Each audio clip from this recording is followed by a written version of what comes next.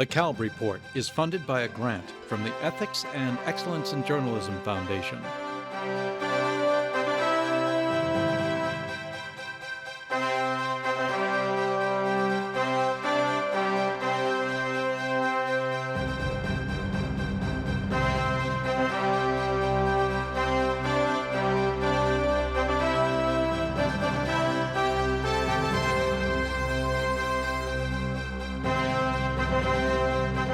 From the National Press Club in Washington, D.C., this is the Kalb Report with Marvin Kalb.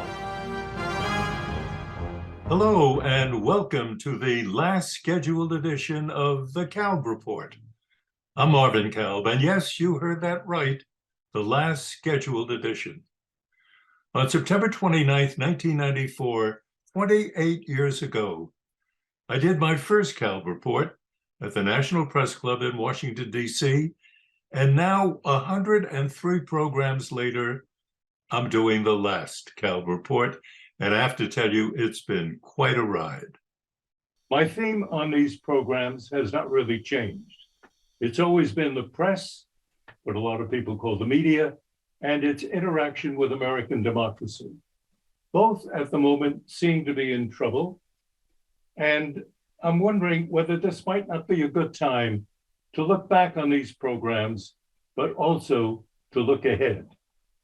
And joining me is my friend and colleague, Ted Koppel. For many years, the esteemed anchor of ABC's Nightline. He's also a successful author, currently an essayist for CBS's Sunday Morning. And whenever I have a question about journalism, or anything else for that matter, I turn to Ted. So welcome, Mr. K.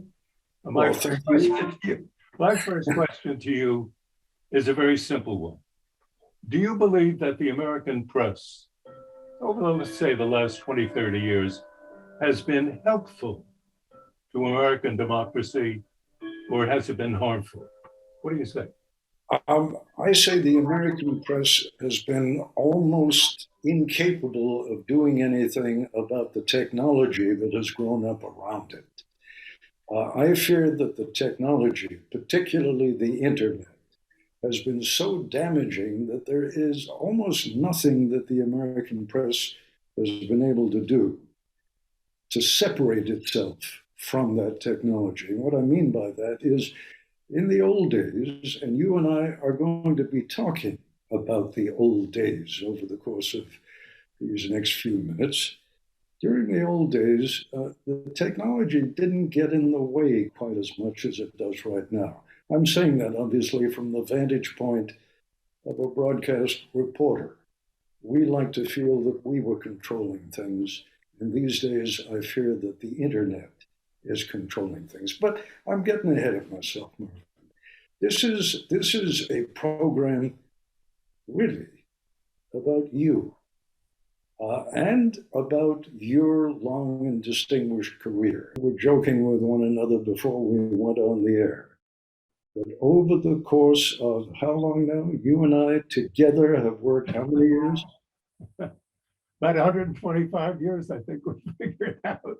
Exactly, 125 years in broadcast journalism. And am I correct in saying that you'd never worked a day in your life?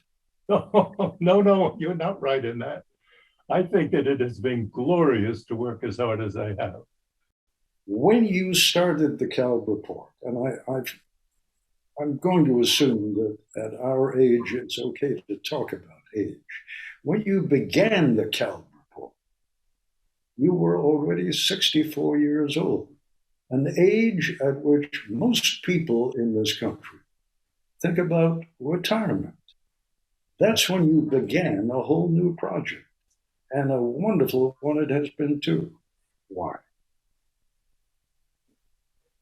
What would I do if I retired? I mean, the thought actually never entered my mind, ever.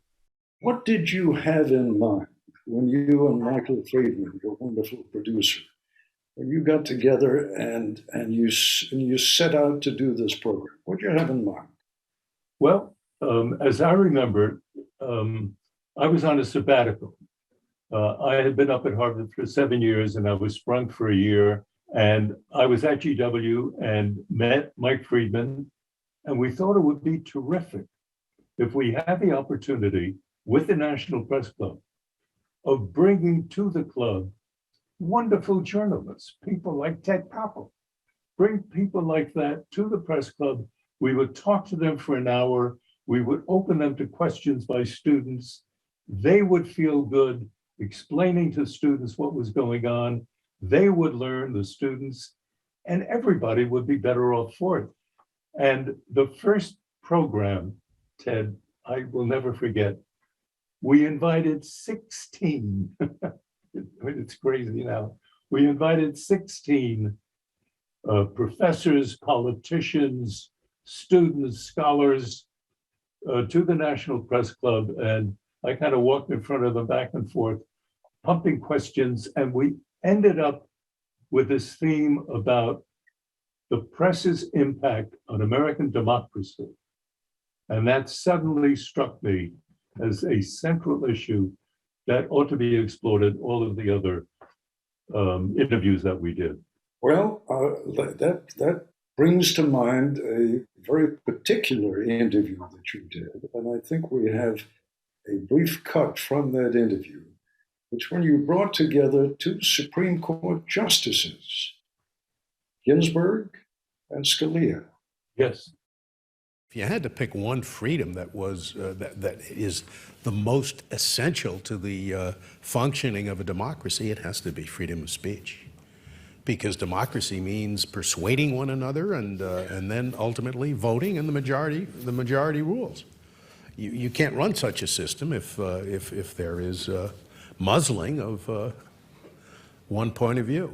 So it's a fundamental freedom in a democracy, but much more necessary in a democracy than in any other system of government. I guess you can run an effective monarchy without freedom of speech. I don't think you can run an effective democracy without it.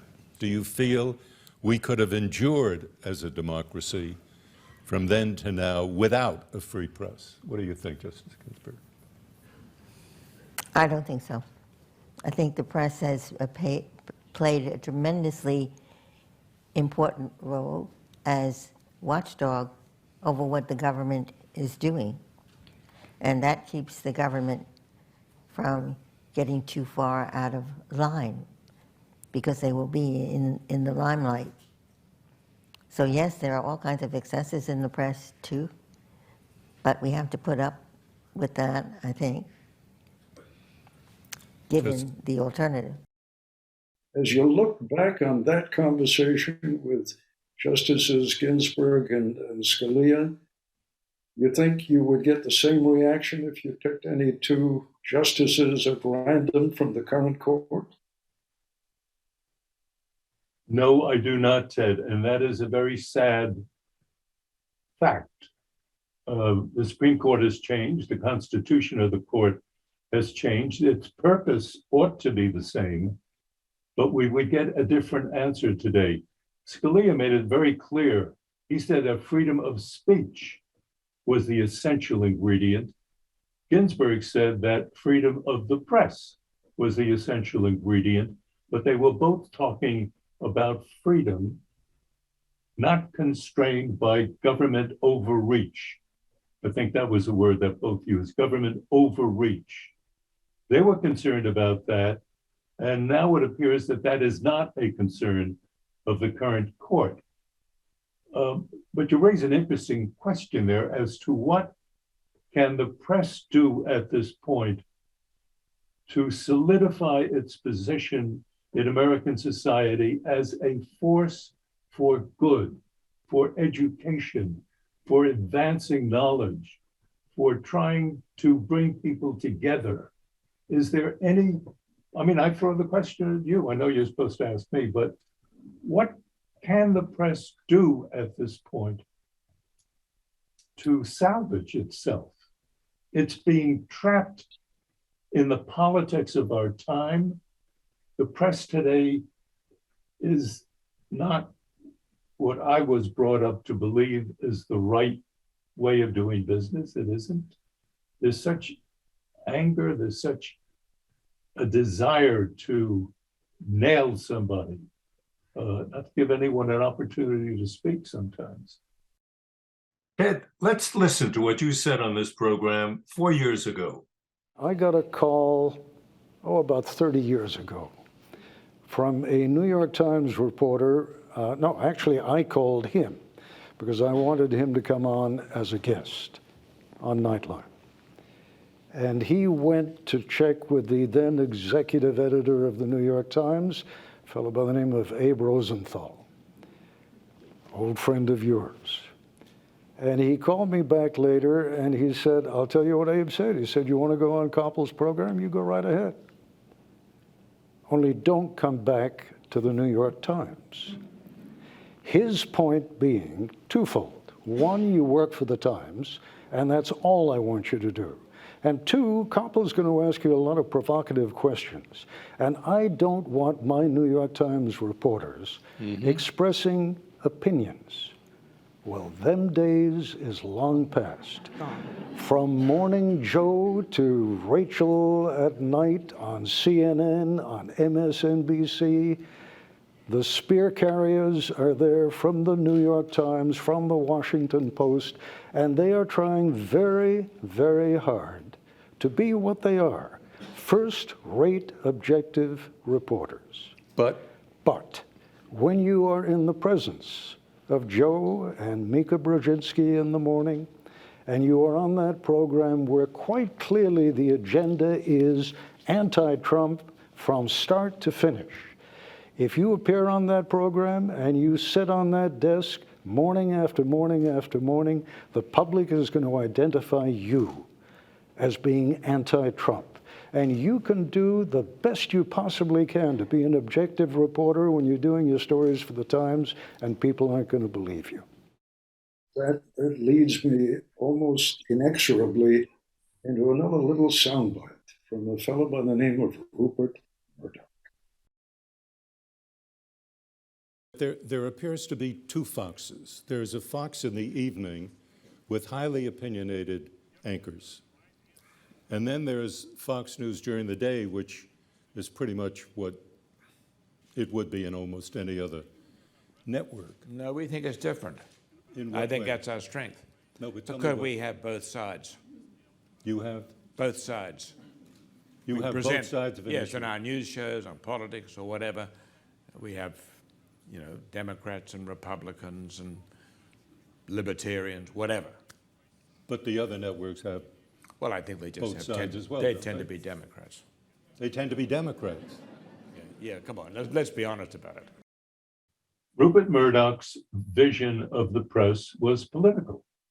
And he said it as much, that this group of press is democratic, and that group of press, he presumed, was free and independent and Republican. That's not the kind of leadership of the press that we need. We need a non-political press, if that is at all possible. And that is my concern now, Ted, that we're at a point where the press itself is split down the middle between a group that is very political and feels an obligation to take sides, who's right, who's wrong, and another side that tries to continue in the proper channel to just explain things. My concern is, and always has been, that as long as there is money to be made, and Mr. Murdoch certainly demonstrated that there was an enormous amount of money to be made by catering to the right politically in this country. And then folks over at MSNBC realized that they could do the same thing on the left, not quite the same thing, but certainly more partisan than what you and I have been accustomed to over the course of our careers in journalism, and that would make a great deal of money. And I suppose, Marvin, I have to throw the question back at you. As long as there is so much money at stake and so much money to be made by partisan journalism, what hope do we ever have of getting back to the less partisan quality that you and I enjoyed when we began in this business? I have to believe that somewhere in this great country there are the ingredients to recapture an earlier time. I am familiar with John Meacham's new book on Lincoln. One of the fascinating aspects of that book is that he is talking about what drove an American politician to take such dramatic action as to end slavery, the great curse in American history from the very beginning. And he ends up with the idea that it is something within the individual. It was something in Lincoln. And one of the things in him was a religious belief in the ultimate goodness of mankind. And if you can reach into that and have that be what drives you, and he felt what drove Lincoln, you can ultimately, in the American experience, produce new Lincolns. And he feels that no matter, this is Meacham, he feels that no matter how deep the crisis is today, there is a tomorrow and we're going to be better at it. Because unless you have that in your gut, you're not going to move on it. And he felt that Lincoln had it in his gut. When we talk about television journalism, and we point to some of the giants in television journalism, there is one name, of course, that, well, there are a couple of names, Ed Murrow, and we'll talk about him in a moment. But first, I want to go to a more recent giant of television journalism who appeared on your broadcast, Walter Cronkite. Let's listen to what the two of you had to say. Walter, do you have any concerns when you look back at where journalism seems to be heading these days, that some people in a state government or a national government will sit back one day and say, you know, those reporters can't get it straight. They need help. We've got to either legislate we're doing it in their best interest, mind you, but we have to legislate ways in which they can function because clearly they've lost their way. Is this a concern that you have, given the state of journalism today? It would only be a concern if I thought that our democracy was already crumbling away, that our judicial process had been itself impeached, if you please, by the appointments made by a series of administrations, so that the Supreme Court was totally unbalanced, and perhaps that the country itself had gotten to such a state as Germany got into after World War I. The Weimar Republic collapsed, and an entire way of life goes, and people react to a dictator. I think we were in a little danger in the McCarthy era. Mm-hmm. That was not, you know, we came close. Mm-hmm. So it's conceivable it could happen. But if it happens, the country's gone. If that happens, we're finished as a democracy. What is fascinating about that, Ted, Walter very, very rarely discussed politics. Very rarely. But this was a man who covered World War II and the experience of covering Hitler and fascism and the fight between freedom and fascism deeply affected Cronkite. He didn't discuss politics unless it was late at night and he had had a couple of drinks. But I was surprised when he said that on air, because he really would talk about it unless it affected that fundamental thing in his mind, which was the Supreme Court. If the Supreme Court, in his mind, began to go south, began to lose its objectivity, began to be connected too much with a political party or a political movement, then democracy, as Walter understood it, as I understand it, would become in danger. And that is what I think he was trying to say. Right? I mean, do you have as you look back now on that conversation, and as you hear Walter now, and I mean, Walter's been gone for quite a few years, so that interview had to have been done, what? 1998. 1998. So we're talking about 24 years ago. Yes.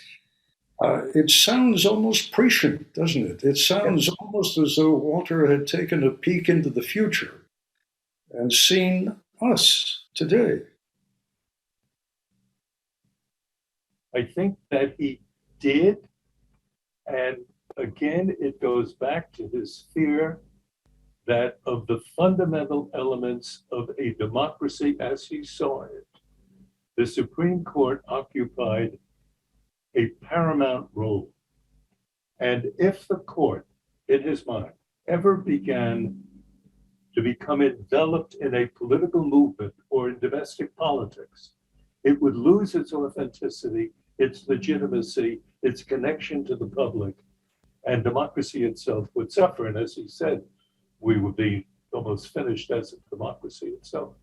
Yeah, he was very concerned. And it always started in his mind with the court. Let me roll the clock back even further to a point when you were just a young stripling, a very young man. And I don't know how many people today realize, I'm not even sure how many people today even remember the name Edward R. Murrow. But anyone who's ever spent any time in journalism in this country will remember that name, and I hope honor it. You were the last of what were referred to as the Murrow boards. Talk about that for a moment. Well, it's a label that I certainly don't deserve. And it was generally associated with that group of reporters that Murrow hired to cover World War II. And I happened in 1957 to have written a piece for the magazine section of the New York Times about Soviet youth. And I wrote about it because there was a poll, the first one ever done in the Soviet Union. I had just come back from 13 months in Moscow working at the US Embassy. And so the Times asked me to do this piece. I did it. Murrow read it, liked it, called me the following day. I was at Widener Library on a Monday morning, and the librarian came over and said, there's a man who identifies himself as Edward R. Murrow, was on the phone, and he would like to talk to you. And I said to her, I don't even know now how I did this. I said to her, Murrow is not calling me. He's probably some quack. Hang up on him. And I went back to doing what I was doing. She came back at about 5 that afternoon. She said, you know, Marvin, it's the same man. He sounds so distinguished. Why don't you pick up the phone? I picked up the phone, and the minute I heard his voice, I realized what a total jackass I had been. And I apologized profusely. And he said, forget all that. Can you be in my office tomorrow at 9? I said, yes, sir. What about? He said, well, I read your piece yesterday. I liked it. I'd like to talk about it. The secretary had set aside 30 minutes, 9 to 9:30. At noon, 3 hours, Murrow asked me every conceivable question about the Soviet Union, about Soviet youth, their lives, their religion, their sex patterns, everything. He was so intensely curious about the country that was the principal adversary of the United States. And when the conversation was over, he got up, put his arm around me and said, oh, by the way, how would you like to join CBS? And Ted, it took me a long time. I mean, it might have taken 4 seconds before I said, yes, sir. And that was the end of my career as a scholar and into journalism, and I have loved every minute of it. Well, and let's keep talking about that for a few minutes, because being a broadcast journalist in those days, and we're talking now about what, the early 60s? It was, well, I started in 57. 57. yes, and was in Moscow for CBS in 1959 and again reestablished the Bureau in 1960. Marvin Kalb, CBS News, Moscow. The deepening rift in the Russian-Chinese alliance may force the Chinese Communists, however reluctantly, to seek economic assistance this year from Western nations. I mean, we'll get into this aspect of your life a little bit later in our conversation, but you're a man who has written, I think, about 13 books or more. 17. 17, forgive me. And one of them deals in some detail with your experiences as a young journalist in Moscow, going over to Russia for CBS News. Most of the time for CBS Radio, some of the time for CBS Television. And what struck me in reading that book, Marvin, and I'd like you just to sort of dwell on this for a minute or two, was the extraordinary interest that the managers of CBS News in those days had in some of the really almost arcane details of Soviet foreign policy. I mean, doing pieces in those days wasn't a whole lot of video that came out of Moscow. It was substance. Talk about the difference in coverage then and now. But Ted, bear in mind, I mean, you're a young man, so you may not remember this, but 1957, early 60s, we were in the midst of the Cold War. The Soviet Union was perceived to be, and in many ways was, the mortal enemy of the United States. It was the head of the communist world, and we were the head of the capitalist world. And we were in a state of collision. And during the Cuban Missile Crisis, that collision could have led to a nuclear exchange because, in my judgment, because Nikita Khrushchev was then the leader of the Soviet Union, there was someone in Russia with the humanity to back off, to recognize he had made a huge blunder, terrible miscalculation, what the communists called a harebrained scheme of introducing missiles and 50,000 men into Cuba to change the balance of power in the Cold War against the United States in favor of the Soviet Union. He was caught, he backed off and saved the world from a catastrophe. To be in Russia at that time, the story itself was in a way my asset in trying to talk to the leadership of CBS in New York. They too were absorbed with the Cold War and with the Soviet Union, and they wanted to know more about Russia. And fortunately, at that time, I spoke Russian very well. I had been teaching Russian history. I had lived in Russia for 13 months. I knew the place. And so when they sent me back there in May of 1960, I was able, almost from the day I arrived, talk to them and explain to the American people what the Russian people were like. This is Marvin Kalb in Moscow. The people who work back here in the Kremlin are convinced that the balance of power in the world has shifted in their favor. I happened to have met Nikita Khrushchev. It's a wonderful story there. I am 6'3". Khrushchev was about 5'6" in both height and weight, width rather. He once asked me, how tall are you? I said, I'm 3 centimeters shorter than Peter the Great. Well, he loved that answer, burst into laughter. And from that time on, he would always refer to me as, well, here comes Pyotr Veliki, Peter the Great. And I managed to get, I don't want to say close to him, that's I managed on occasion to get close enough to him and speaking Russian where I could throw him a question and get an answer. And with a lot of other answers and reading the press and talking to people on the street, I had a sense of what was going on. And I did my very best to convey that And I found, Ted, and you know this, radio, they gave me a lot of time. I was able to write pieces, not just bat out something and broadcast. I was able to sit there and write it and think it through. And they appreciated that. And apparently the people who listened appreciated it too. I don't want to draw too close an analogy between the days of the Cuban Missile Crisis and where we are today. But there are some similarities. There has been talk again of the possibility of the use of nuclear weapons by Russia.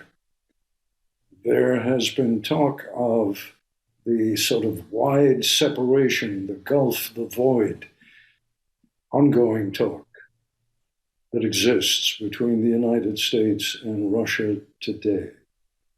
And yet, I don't hear a lot of the kind of coverage that you were just talking about. And it's not the fault. There are some excellent, excellent reporters who are over there covering the news, but there just isn't the same appetite. There isn't the same appetite, unfortunately. I think part of the reason is that when the Cold War ended in the beginning of the 1990s, it's a funny thing and a sad thing, but at American universities, for example, courses in Russian history were dropped. Courses in the Russian language were dropped. Who would want to know anything about Russia? Now, people are so disgusted by what it is that Putin is doing to Russia and through Russia to us that they're put off by the whole subject. And unfortunately, the reporters, terrific reporters, by the way, who are in Russia right now, those who know about the country and speak the language and can get through to people and find out a little bit of what's going on below the surface, they're doing a terrific job at explaining the war in Ukraine and Putin's attitude toward it, his attitude toward the West. So it's not awful, but it isn't the way it was because our interests, they're all over the place, but they're not concentrated. And I fear that we are not now able, because of the various distractions, of concentrating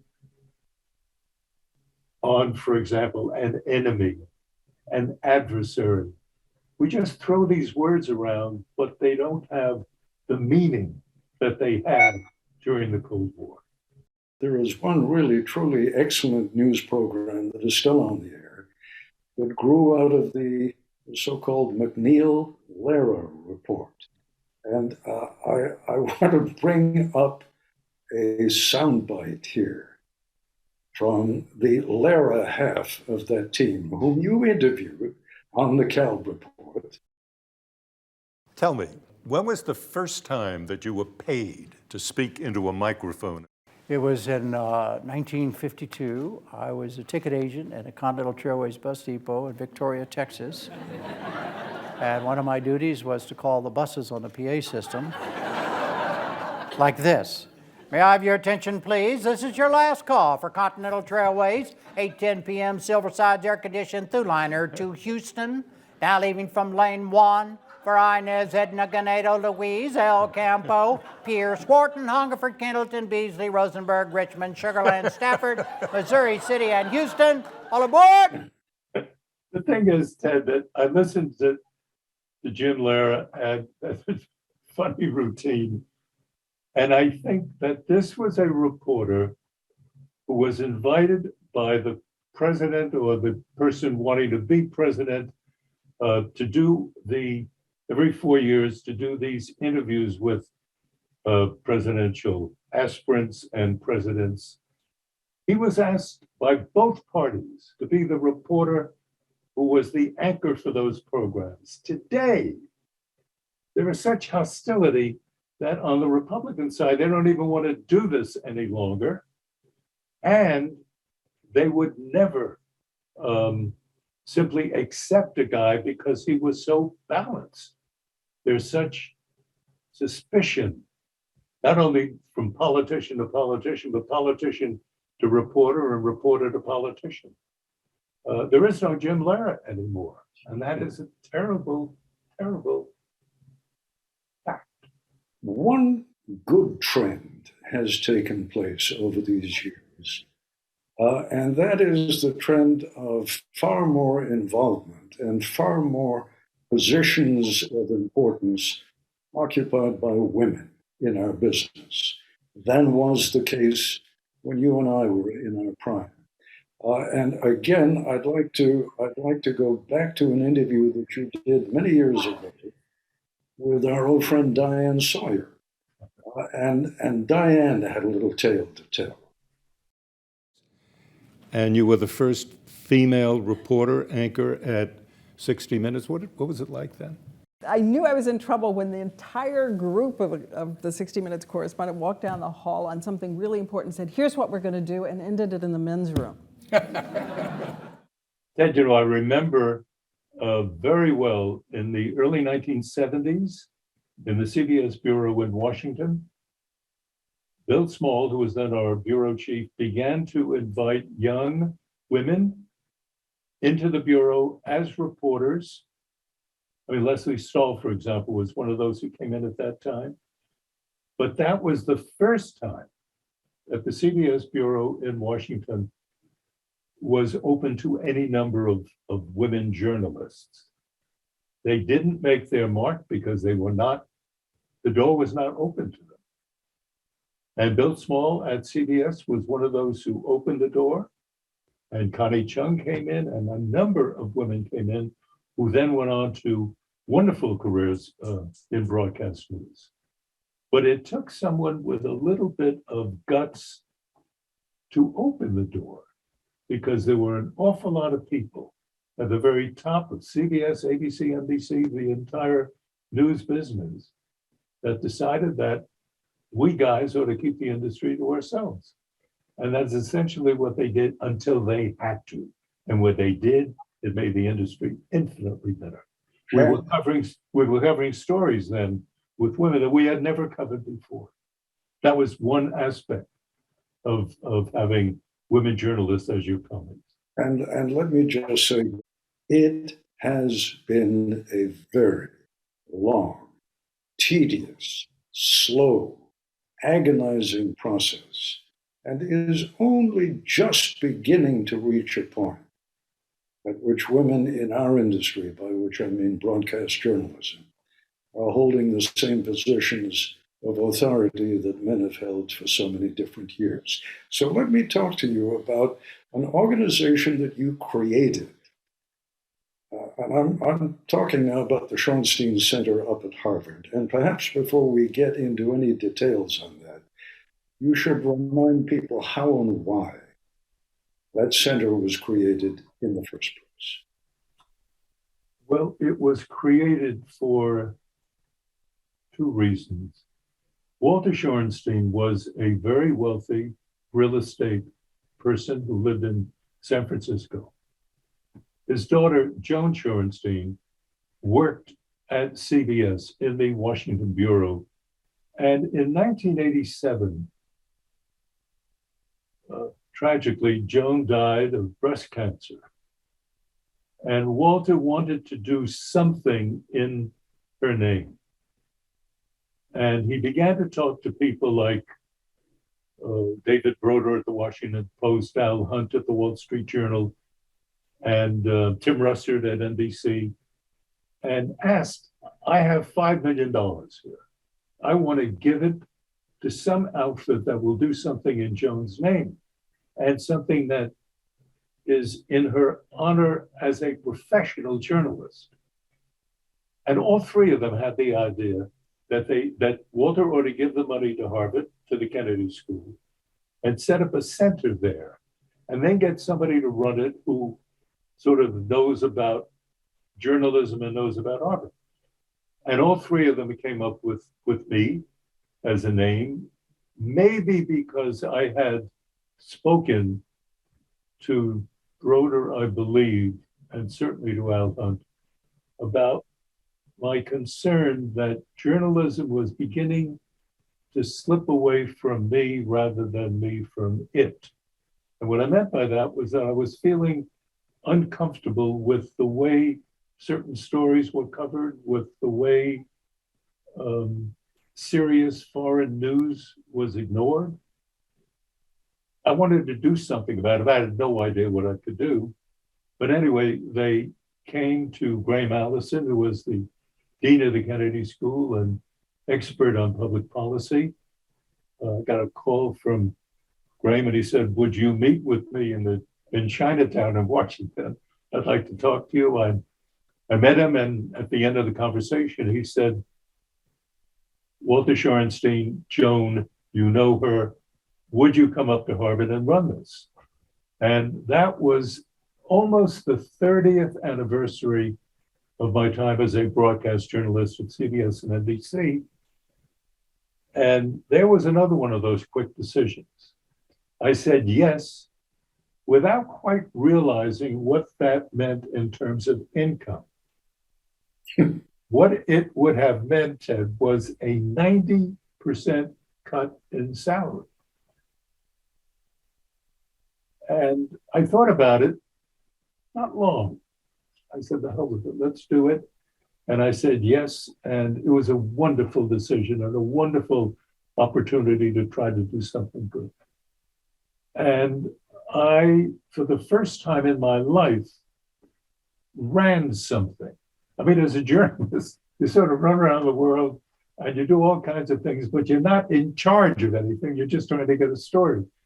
Up at Harvard, I was, for the first time in my life, as I said, responsible for hiring people, never, ever spending more than I had in hand, organizing programs and dealing every day with students, with these bright, wonderful people who had aspirations for great things.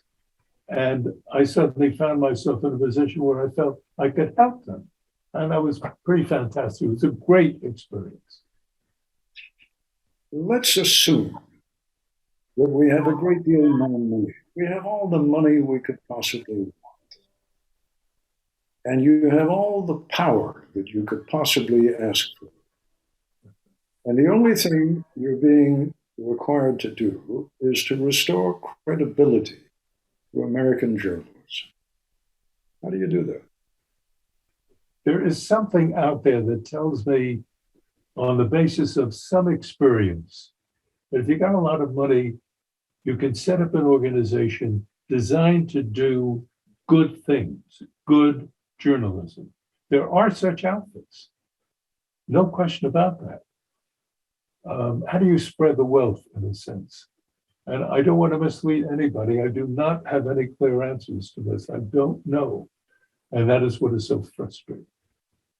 I mean, the funny thing is, Marvin, Ted Turner, more than 40 years ago now, set up this organization, CNN.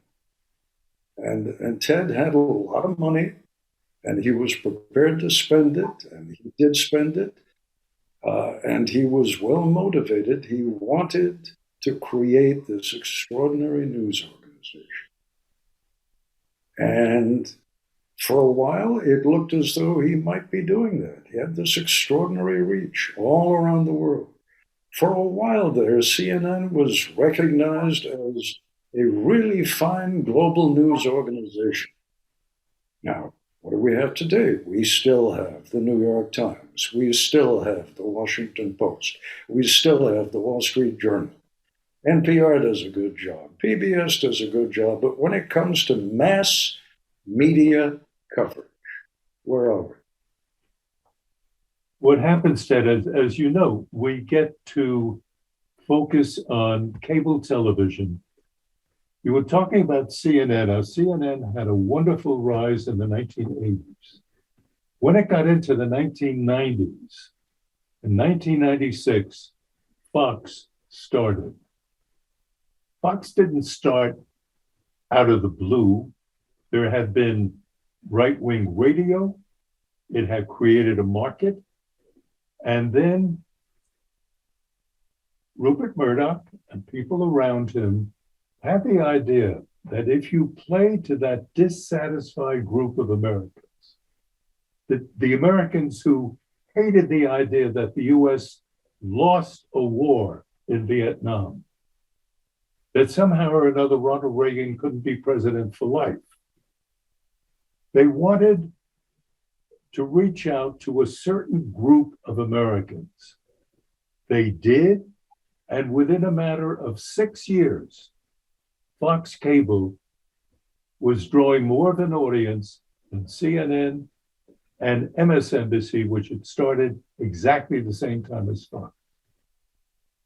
And the answer there is that if you play to an audience that is already there with a certain point of view and money, and you play to them, they are going to watch you. They're going to read you because they want justification for their own point of view. It was an enormous success and continues to be.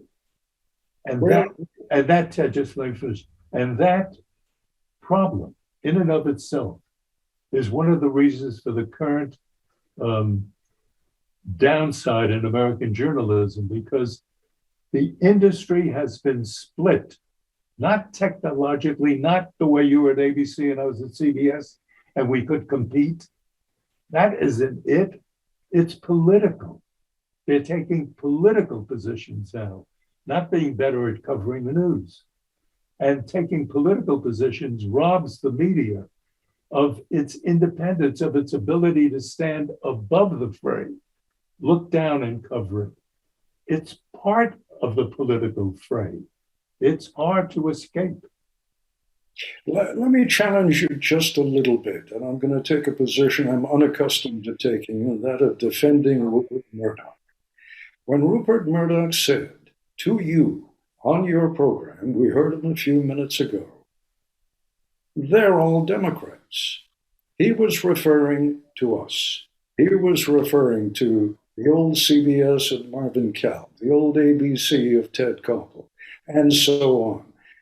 His perception that we were more inclined in a liberal direction, a little bit left of center, was not totally inaccurate. So when he came along and provided an alternative, there was a hunger for it out there, and there continues to be. To what degree do we bear responsibility for what he became? But my sense is that the American reporter, the good American reporter, they were good and bad through all time, but the good American journalists in the 50s, 60s, 70s, 80s, in that period of time, sought to convey honestly what he or she truly believed to be the truth about a story. Now, if you covered the Vietnam War, I was only in there once or twice, but you were there all the time. And you know that if you were able to convey a story about war, about violence, about an American ally that has lost his way, you're going to get on the air. Mike Wallace went to Vietnam in 1964, and I'll never forget this. He wanted very much to establish his credential as a serious CBS reporter, not a nighttime radio interviewer. And he went there and he came back and told the following story, that he did 12 pieces. One of them was about conflict, about the war itself. But the rest of it, what he wanted to show the American people was how the government worked, the corruption, the tribal warfare, the relationship of Vietnamese to Laotians to Cambodians. He wanted to give them a sense of what Southeast Asia was all about. Of the 11 other pieces, of the 11, 2 made air, 9 were on the cutting room floor. Yeah. And when he came back, he said to a group of us that, I know now how to get on the air. And this was with Cronkite as the anchor, and Walter was a terrific anchor. So how do you persuade people to watch only interesting, serious analysis? I fear that we're beyond that it's not going to happen, and that we are trapped in a technological morass that tied in with money that does not allow us to escape to loftier ambition. As you look back, Marvin, on this long and distinguished career, can you pick among your many children as to which you love the most? You are a distinguished historian, writer, teacher, organizer of a great institution, wonderful journalist, at one point, diplomat. I suspect that in one form or another you love them all, but is there anything that you can point to and say, this has always been at the core of my soul? For me, journalism is a form of education. Yes. For me, being a teacher is obviously a form of education. Being a writer is a form of education. I try very hard to understand where I am, what are the political movements around me. I have always had a feeling that individuals are not only more interesting than mass historical currents. Individuals make history, and I'm absorbed at this time in my life with listening to books and reading books about people who are influential in history. What are you going to do next? I think quite often about going back into teaching. I think about, there's always another book. There is one book that I really would love to write, and that is the effort on the part of Mehmet Ali Aca, a Turkish killer who tried to knock off John Paul II. I am positive there's a lot more to that story than we know, and it's a story that I would love to know more about and write about. Well, in point of fact, Marvin, you have been a teacher all your life. I think I can say without fear of contradiction, you and I are not young anymore. Is there anything that you would like to convey to the young people, however few they may be, who end up watching this broadcast? I have these notes in front of me, and I'm just thinking that over these many years since I first started doing this program 28 years ago, my respect and appreciation for a free press and for American democracy have only deepened. And I've learned that the two go hand in hand, a free press and democracy. If you have one, you've got the other. If you lose one, you're apt to lose the other. And I appreciate the fact that we're in a bit of a national tailspin now. I think that's obvious. This precious experiment in American democracy, it has never been rock solid. And George Washington would have told you that if you would ask him. It is a fragile thing. It's an ongoing experiment. It's day to day. It's election to election. The historians who know America best are persuaded that we will somehow emerge from the current crisis. Let us all hope that they're right, because when you look around the world, you realize America's flawed democracy is still the best game in town. Let us honor it. Marvin, what can I say? You have had a long and extraordinary career, And it's been my great pleasure and privilege, I must say, to have been your friend and colleague over these many years. And I thank you for the great gift of letting me be a part of this program. Thank you. Thank you, Ted, for that wonderful comment. I appreciate it, and thank you for helping me in so many different ways over many years. My gratitude also to another dear friend, Mike Friedman. He's the executive producer of the Kalb Report.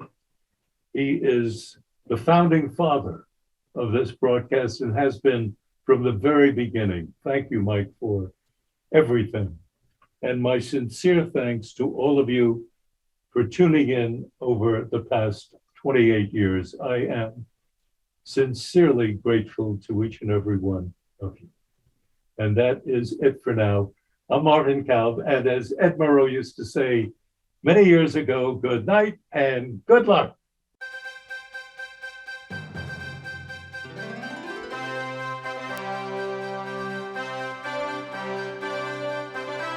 Could you imagine Bob Costas doing anything else? I really believe, had I been born in an era before Marconi, before Sarnoff, I would have been a ward of the state. Because I have no discernible abilities of any kind, other than to yak for fun and profit. You make a lot of money? Yes, Marvin, I do.